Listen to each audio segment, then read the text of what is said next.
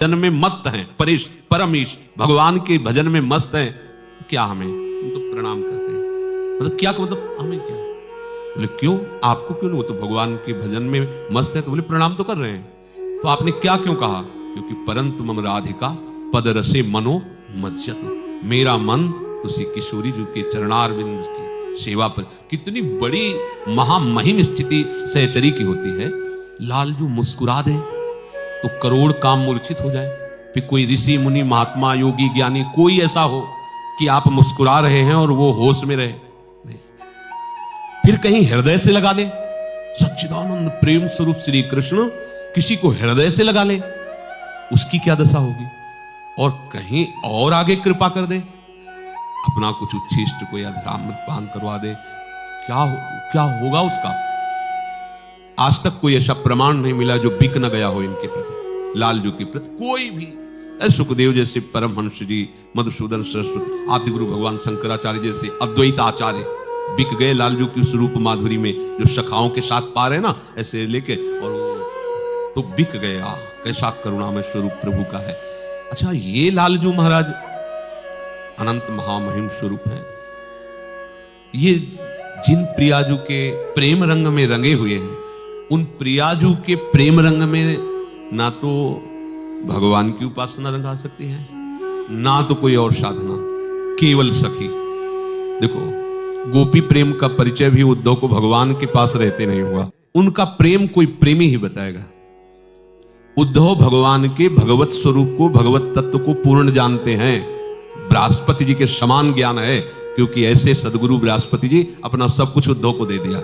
ज्ञानियों में श्रेष्ठ देवगुरु बृहस्पति जी, और बृहस्पति जी से शिक्षित हैं, दीक्षित हैं। श्री कृष्ण के साथ खान पान करते हैं, श्री कृष्ण के ही पोशाक पहनते हैं, श्री कृष्ण के प्रतिबिंब स्वरूप हैं। एक बार देख के तो लगेगा श्री कृष्ण ही है। ऐसे ध्यान में भाव में मगन रहते हैं। बाह्य भी उनका कृष्णाकार और आंतरिक ब्रजवासी जन भी एक बार तो लगा कि श्री कृष्ण वही अजान भाव, वही कमल नेत्र, वैसे ही पोशाक। पर उद्धव प्रेम का परिचय नहीं जान पाए। देख लीजिए, प्रभु के साथ खाने वाले, खेलने वाले, प्रेम का परिचय वहीं बता सकते थे मथुरा में बैठे बैठे, पर रंग नहीं चढ़ेगा। कहां जाओ वृंदावन और देखो हमारे प्रेमियों के दर्शन करो। गोपियों के आंसुओं से मिली हुई भूमि, उसमें जब आए तो रंग ही बदल गया, विकलता आने लगी। गोपियों से संभाषण करके उद्धव के आंसू चलने लगे। अब यहां से देख रहे तो श्री कृष्ण कठोर नजर आने लगे। ऐसे प्रेमियों को छोड़कर मथुरा में बैठे। अभी जाके बताता हूं कि आपका तो इतना करुणामय स्वभाव, ऐसा वैसा, इतना प्रेम की उफान आई कि जिन प्रभु को तत्व से जानते थे और तत्व का उपदेश करने आए थे, वही भूल गए, तत्व भूल गए। प्रेम के प्रवाह में उद्धव बह गए। फिर यहां तो महारानी जी का ही एकमात्र वैभव, समस्त सहचरियों से सेवित अनंत महामहिम श्री लालजू, जिनके भ्रकुटी के इशारे पर वो हमारी श्री किशोरी जू, श्री प्रियाजू, तो बिना इनकी सहचरियों के शरण लिए ये प्रेम रस समझ में। इसीलिए बाहर के जैसे लोग ना, उनको समझ में नहीं आता। आओ वृंदावन रज का सेवन करो, समझना नहीं पड़ेगा। प्रियाजू इतनी प्यारी, श्री राधा जुग चरण प्रीति उपजय अति भारी। इतना प्रियाजू के चरणों से अपनापन हो जाएगा कि आपको ये लगने लगेगा कि सब कुछ छोड़ सकते हैं। अब राधा नाम नहीं छोड़ पाएंगे, अब श्री जी की जय के सिवा और हम कुछ नहीं बोल पाएंगे। अब श्री जी के चरणामृत और श्री जी के उच्छिष्टामृत से ही हमारा जीवन है। श्री जी के सिवा हमारा कोई नहीं।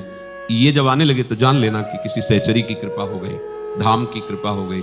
ये सबसे गुप्त वस्तु है राधा नाम, राधा रूप सबसे गुप्त। यहां रखते हैं अपने हृदय में छुपा के लालजू महाराज। लाल रंगीलो गाइए ताते प्रीति रंगील, बड़े कृपा किए तो अपने लोगों को लाडली जी के चरणों का आश्रय दे दिया, मार्ग दे। अब जीवन बना लो।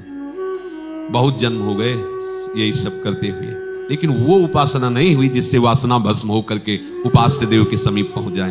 अब अवसर मिला है। ऐसा हम नहीं कह सकते कि आज तक उपासना हुई ही नहीं, हुई है, पर वासना को भस्म करके उपास्य देव के सम्मुख खड़ा कर दे, ऐसी उपासना नहीं हुई। अब चूको मत। बहुत बड़ा सौभाग्य उदय हो गया। ध्रुवदास जी कहते